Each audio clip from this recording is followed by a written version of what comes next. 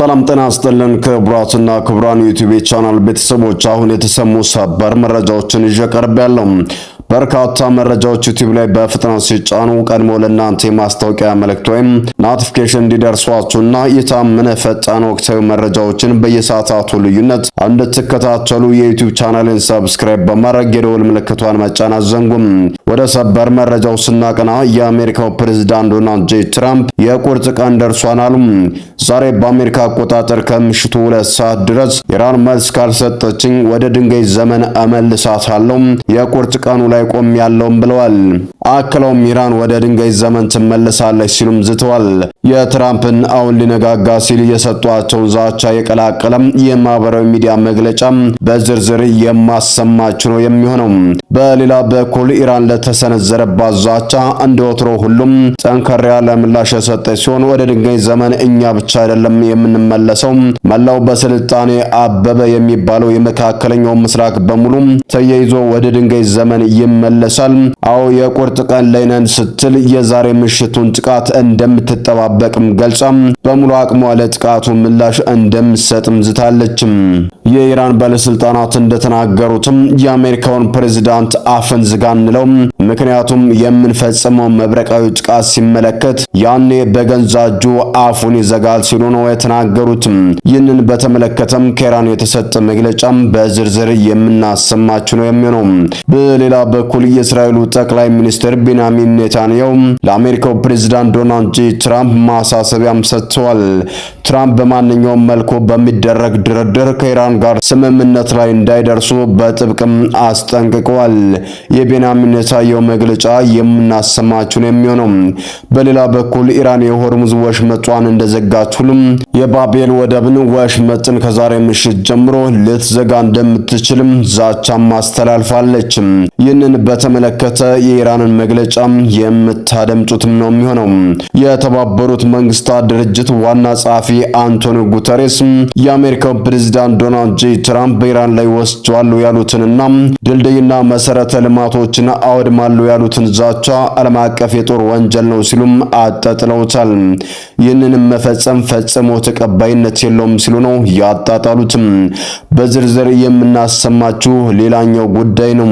በሌላ በኩልም የትራምፕን ማስጠንቀቂያ በጽኑ የተቃወመችው የካቶሊካዊት ቤተክርስቲያን በመሪዋ ፖፕሊዮ በኩል በሰጠችው ጥብቅ ማስጠንቀቂያ ፕሬዝዳንቱ ሊወስዱት ካሰቡት አስፈሪ ቀን ብለው ከሰየሙት ጥቃት እንዲታቀቡም አሳስባለች። ዝርዝር የካቶሊካዊት ቤተክርስቲያን መግለጫውንም የምታደምጡት ሌላኛው መረጃችን ይሆናል። እስከ ፍጻሜው ድረስ አብራችሁ ከሆናችሁ እነኝና መሰል መረጃዎችን በዝርዝርም ታደምጡታላችሁ። አብራችሁን ቆዩም።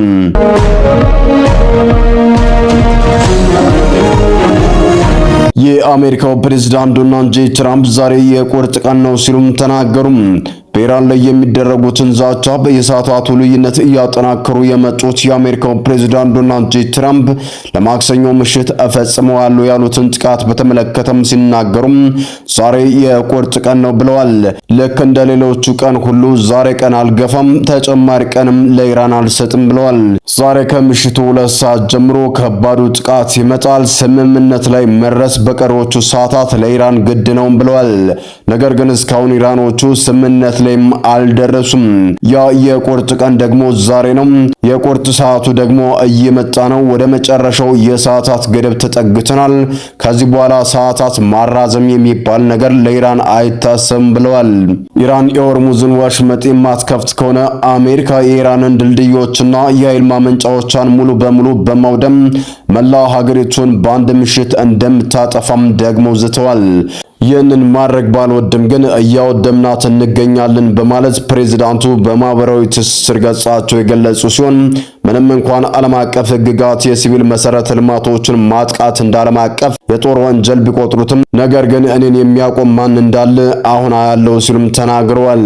አክለውም ፕሬዝዳንቱ 4 ሰዓታት ብቻ ነው የሚበቃኝ፣ ያቀነ ገደብ ካለፈ በ4 ሰዓታት ውስጥ እንዴት ኢራንን ወደ ጨለመው ዘመን እንደምመልሳት ታያላችሁ ሲሉም ዝተዋል። ኢራን ከዚህ ቀደም ማስጠንቀቂያቸውን በቁም ነገር አለመውሰዷን የጠቀሱት ፕሬዝዳንት ትራምፕ ባለፈው ሳምንት ድርድሩ መቋረጡን ተከትሎም በደቂቃዎች ውስጥ በኢራን ዋና መዲና በቴህራን የሚገኘውን ትልቁን ድልድይ አፍርሼ አሳይቻለሁም ብለዋል። እኔን የሚያቆም የለም በማለት ፕሬዝዳንቱ የተናገሩ ሲሆን ለጥቃቱ ሙሉ ዝግጅት አድርገን የቁርጥ ቀን የዛሬው ዕለት ላይ ደርሰናል ብለዋል። በሌላ በኩል የእስራኤል ጠቅላይ ሚኒስትር ቤንያሚን ኔታንያሁ ለአሜሪካ ፕሬዝዳንት ዶናልድ ጄ ትራምፕ ማሳሰቢያ መስጠታቸውም ተሰማም። የአሜሪካው ፕሬዝዳንት ዶናልድ ጄ ትራምፕ አሁን ባለው የጦርነት ወቅት ከኢራን ጋር የተኩስ አቁም ስምምነት ላይ እንዳይደርሱም በይፋ በመገናኛ ብዙሃን ማስጠንቀቂያቸውን የእስራኤሉ ቻናል 12 ሌሊቱንም ዘግቧል። የእስራኤል ጠቅላይ ሚኒስትር ቤንያሚን ኔታንያሁ ለፕሬዝዳንት ዶናልድ ጄ ትራምፕ በትናንትናው ዕለት አመሻሽ ስልክ ደውለውላቸው መሆኑን ቻናል 12 የዘገበ ሲሆን በኢራኑ የጠፋው የአሜሪካ ኤፍ-15 አብራሪም በሰላም በመገኘቱ ጉዳይ ከተነጋገሩ በኋላ ነው ትራምፕ እንዲች ብለው ከኢራን ጋር ምንም አይነት የሰላም ስምምነት እንዳያደርጉ የእስራኤል ጠቅላይ ሚኒስትር ቤንያሚን ኔታንያሁ ለአሜሪካው ፕሬዝዳንት ዶናልድ ጄ ትራምፕ እንዳሳሰቧቸው ተመላክቷል። ትራምፕ ለኔታንያሁ በመለሱላቸው መልስም ኢራን የአሜሪካን ጥያቄዎችና ፍላጎቶች ዘርዝራ ካሟላች ስምምነት ሊደረግ እንደሚችል ለኔታንያሁ የገለጹት ቢሆንም ኢራን ያከማቸቻቸው የዩራኒየም ክምችት በሙሉ አሳልፋ እንድትሰጥና ዳግም ዩራኒየም ላለማበልጸግ ስምምነት ላይ እንደምትደርስ የሚጠይቀው የአሜሪካ ቅድመ ሁኔታ እንደማይታወቁ አረጋግጠውላቸዋል ተብሏል። በሌላ በኩል የተባበሩት መንግስታት ድርጅት ዋና ጸሐፊ አንቶኒዮ ጉተሬስ ዛሬ ሌሊቱን የአሜሪካው ፕሬዝዳንት ዶናልድ ጄ ትራምፕ በኢራን የሲቪል መሰረተ ልማቶች ላይ ጥቃት ለመሰንዘር የሚዘቱትን ነገር በአስቸኳይ እንዲያቆሙና በዓለም አቀፍ ሕግም የተከለከለ መሆኑንም አስጠንቅቀዋል። የተባበሩት መንግስታት ድርጅት ዋና ጸሐፊ ቃል አቀባይ ስቴፈን ዱጃሪክ ዛሬ ሌሊቱን በሰጡት መግለጫ እንደ ድልድይና የኃይል ማመንጫ ጣቢያ ያሉ የሲቪል ሰዎች ተቋማትን ማጥቃት በዓለም አቀፍ ሕግ መሰረት የተከለከለ መሆኑንም አስታውሰዋል። ቃል አቀባዩ አክለውም በአንድ የሲቪል መሰረተ ልማት እንደ ወታደራዊ ኢላማ ሊቆጠር ቢችልም ቃል አቀባዩ አክለውም አንድ የሲቪል መሰረተ ልማት እንደ ወታደራዊ ኢላማ ሊቆጠር ቢችልም እንኳን ጥቃቱ በሰላማዊ ዜጎች ላይ ከፍተኛና ተመጣጣኝ ያልሆነ ጉዳት የሚያደርስ ከሆነም የተከለከለ ነው ሲሉም አስጠንቅቀዋል። ፕሬዝዳንት ዶናልድ ትራምፕ የቁርጥ ቀን በማለት ጠርቶ በዚህ የቁርጥ ቀን ኢራንን እጅግ አስፈሪ በሆነ ሁኔታ እደበድባታለሁ፣ ድልድይና የኃይል ማመንጫዎችን በሙሉ ወደ ድንጋይ ዘመን መልሳቸዋለሁ በሚል ዛቻ በከፍተኛ ሁኔታ ካሰሙ ከሰዓታት በኋላ ነው ኢራን ከአሜሪካ ፕሬዝዳንት ዶናልድ ጄ ትራምፕ በኩል ለቀረበባት ጠንከር ያለ ዛቻ በሰጠችው ምላሽ የአሜሪካ ፕሬዝዳንት እንደሆነም ራሱን የሚገልጸው ትራምፕ አፍክን ዝጋ አንለውም፣ ምክንያቱም ዛሬ የቁርጥ ቀን ነው። የቁርጥ ቀን ብሎ ራሱ በሰየመው ሰዓት ጥቃቱን መፈጸም ሲጀምር አፉን የሚያዘጋውን ጥቃት ደግሞ እኛ እንፈጽማለን ስትልም ኢራን ማስታውቃለች። አማካሪው አክለውም እኛ ወደ ኋላ አንመለስም፣ ኢራን ጦርነቱን በግልጽ አሸንፋለች፣ የምትቀበለው ድል የሚያጽናና በቀጠናችን ላይ አዲስ የደህንነት ስርዓት የሚፈጥር ማብቂያ ብቻ ነው ሲሉም ተናግረዋል። የኢራን የውጭ ጉዳይ ሚኒስትር ቃል አቀባይ እስማኤል ባጋይ ለኢራን የዜና ወኪል በሰጡት ቃል ደግሞ የአሜሪካውያን መንግስታቸውን በኢራን ላይ እየፈጸመ ላለው የጥቃት ጦርነትና ታላቅ ግፍ ተጠያቂ እንዲያደርጉ ጥሪም አቅርበዋል። የአሜሪካ ሕዝብ በስማቸው እየተፈጸመ ላለው ወንጀል መንግስታቸውን ተጠያቂ ማድረግ ይገባቸዋል ሲሉም ጠይቀዋል። የኳታሩ አልጀዚራ ከቴህራን እንደዘገበውና ኢራናውያን የ45 ቀን ጊዜያዊ የተኩስ አቁም ሙሉ በሙሉ ውድቅ ማድረጋቸውንም ገልጸዋል። የኢራን ፍላጎት ለመላው የመካከለኛው ምስራቅ ቀጠና የሚሆነው ዘላቂ የሰላም እቅድ እንጂ ጊዜያዊ የተኩስ አቁም አይደለም ብለዋል። በሌላ በኩል ኢራናውያን የወጣቶችና ስፖርት ምክትል ሚኒስትር አሊሬዛ ራሂሚ ወጣቶች አርቲስቶችና አትሌቶች ጨምሮ መላው ኢራናውያን አሜሪካ በኃይል ማመንጫዎች ጣቢያዎች ላይ ያቀረበችውን የፈንጅ ጥቃት ዛቻ ለማውገዝ በዛሬው ዕለት ከማለዳው ጀምሮ በመላ ሀገሪቱ በሚገኙ የኃይል ማመንጫዎች ጣቢያዎች ዙሪያ በመገኘት የሰዎችን ሰንሰለት እንዲፈጥሩና ጣቢያውንም ከጥቃቱ እንዲታደጉም ጥሪም አቅርበዋል። ምክትል ሚኒስትሩ በማህበራዊ ትስስር ገጻቸው ባሰፈሩት መልእክት የህዝብ መሰረተ ልማቶችን ማጥቃት የጦር ወንጀል ነው የሚለውን ድምጻቸውን ለማሰማት እጅ ለእጅ ተያይዘው በጋራ እንደሚቆሙም ተደምጸዋል። ይህ በእንዲህ እንዳለ ከዚህ ቀደም 5 ነጥቦችን ያዘ የመንደርደሪያ ሐሳብ ቅድመ ሁኔታ አቅርባ የነበረችው ኢራን አሁን ላይ አሜሪካ ላቀረበችው የ15 ነጥቦች የመፍትሄ ሐሳብ የሷን ቅድመ ሁኔታ በ5 በማሳደግ በአጠቃላይ 10 አዳዲስ ነጥቦችና ቅድመ ሁኔታዎችን ይዛ ለድርድር መቅረቧም ተዘግቧል። በቴህራን በሚገኘው ጋዜጠኛ መሐመድ ሻል እንደሚያስረዳው ከሆነ ኢራን ካቀረበቻቸው ቅድመ ሁኔታዎች መካከል በሷ ላይ የተጣሉ ማዕቀቦች ሙሉ በሙሉ እንዲነሱ መጠየቋም ይገኝበታል። በተጨማሪም በዩራኒየም ማበልጸጊያ ዙሪያ ስምምነት ላይ ለመድረስ ፈቃደኛ መሆኗን የገለጸችው ኢራን ሆኖም ግን ይህ የዩራኒየም ጉዳይ ከጦርነቱ መጀመሪያ በፊት ሲነጋገሩበት የነበረ በመሆኑ አሁን በጦርነቱ ጫና ምክንያት የመጣ አዲስ አቋም እንዳልሆነም አብራርታለች።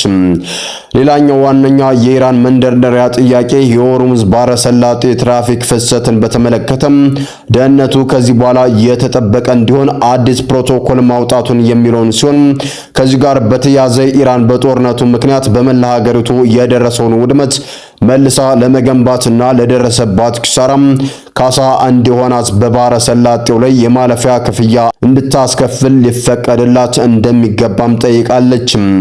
ከዚህም ባሻገር ኢራን የምትፈልገው ጊዜያዊ የተኩስ አቁም ሳይሆን ጦርነቱ በዘላቂነት እንዲቆም እንዲሆንና ይህ የጦርነት ማብቃት በሁሉም የቀጠናዎች ግንባር ሂዝቦላ፣ ሁቲና ሌሎች የኢራን አጋሮችን ባካተተ መልኩ እንዲፈጸም ነው ብለዋል።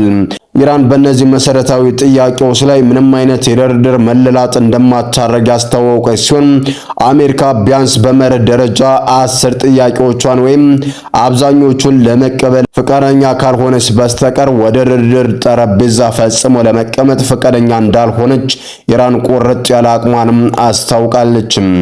ይህ በእንዲህ እንዳለ የኢራን ጥቃት በእስራኤል ላይ ያስከተለውን ከፍተኛ የሆነ የኢኮኖሚ ኪሳራ ጉዳይ አነጋጋሪ ሆኗል።